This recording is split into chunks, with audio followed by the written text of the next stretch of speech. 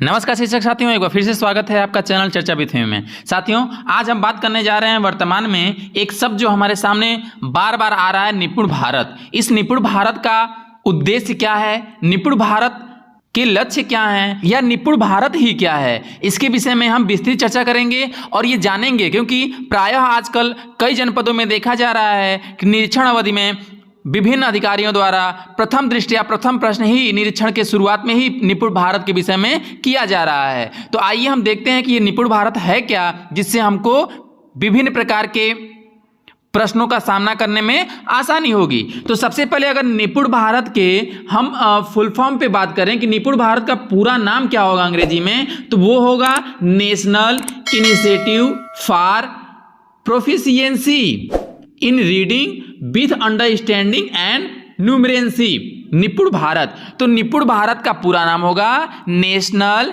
Initiative for proficiency in reading with understanding and numeracy. ठीक है, अगर इसके हिंदी नाम पे बात करें तो राष्ट्रीय मूलभूत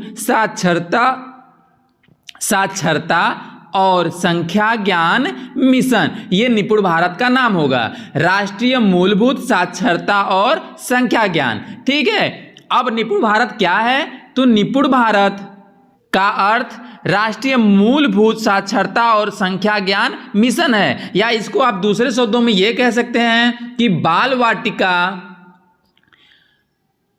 को साथ लेकर कक्षा 1, 2 और 3 को संयुक्त रूप से निर्धारित लक्ष्यों को पूर्ण कराना ही मिशन निपुण भारत है। या निपुण भारत में बाल वाटिका के साथ कक्षा 1, 2, 3 को निर्धारित लक्ष्यों को प्राप्त कराना ही निपुण भारत है। ठीक है, अब ये लक्ष्य क्या है या इनका निर्धारण कैसे किया गया है, इस पे हम बात करते हैं। देखिए, लक्ष्य एवं सूची बाल वाटिका से कक्षा 3 के लिए वर्ष 2026-27 तक मूलभूत साक्षरता और संख्या ज्ञान। देखिए, आप इसके निपुण भारत के पूरे नाम में जब इसका फुल फॉर्म देख रहे थे तो उसमें था मूलभूत साक्षरता और संख्या ज्ञान, राष्ट्रीय मूलभूत साक्षरता और संख्या ज्ञान मिशन। तो वही कह रहा है, मूलभूत साक्षरता और संख्या ज्ञान का अधिगम स्तर सुनिश्चित करने के लिए शिक्षा मंत्रालय भारत सरकार द्वारा निपुण भारत के अंतर्गत लक्ष्य सूची निर्धारित किए गए हैं, जो संलग्नक 1 के रूप में संलग्न है। मिशन के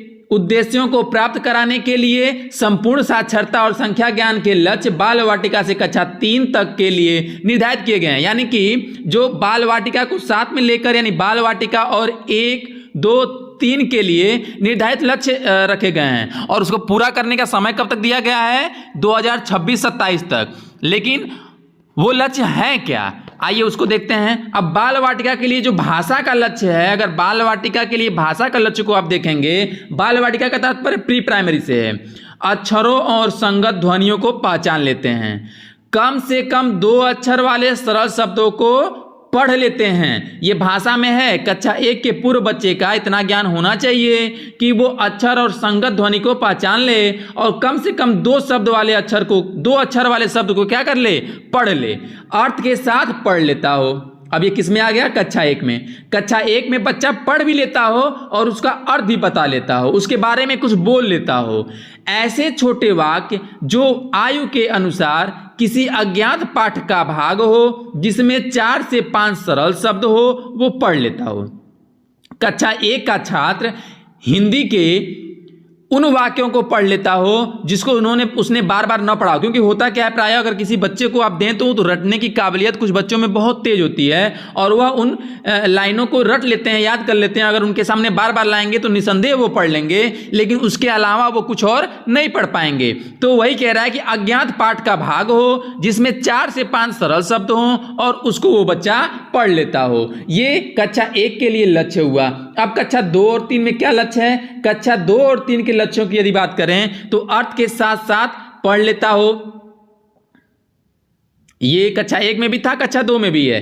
45 से 60 शब्द प्रति मिनट की प्रवाह से पढ़ लेते हो, ये भी ध्यान देंगे आप, पढ़ भी लेता हो और उसका प्रवाह कितना हो, 1 मिनट में कम से कम 45 से लेकर 60 शब्द वह पढ़ ले। और कक्षा 3 में क्या है, अर्थ के साथ पढ़ ले और न्यूनतम 60 शब्द यहाँ पे 45 से 60 था कक्षा 2 में, और कक्षा 3 में न्यूनतम 60 शब्द प्रति मिनट की प्रवाह से पढ़ लेता हो। ये क्या है? कक्षा 1, 2, 3 और बाल वाटिका का भाषा का लक्ष्य है। यदि गणित के लक्ष्य पे हम बात करें तो बाल वाटिका का गणित का लक्ष्य होगा कक्षा 10 तक के अंकों को पहचान और पढ़ लेते हैं, एक क्रम में घटनाओं की संख्या, वस्तुओं, आकृतियों, घटनाओं को व्यवस्थित कर लेते हैं। कक्षा 1 का लक्ष्य है 99 तक की संख्याएं पढ़ लेते हैं। इसमें था 10 तक की अंकों को पढ़ लेते हैं और 99 तक की इसमें संख्या पढ़ लेते हैं और लिख भी लेते हो, ठीक है। और इसमें बस क्या था, पढ़ने की बात कही जा रही है। सरल जोड़ और घटाव कर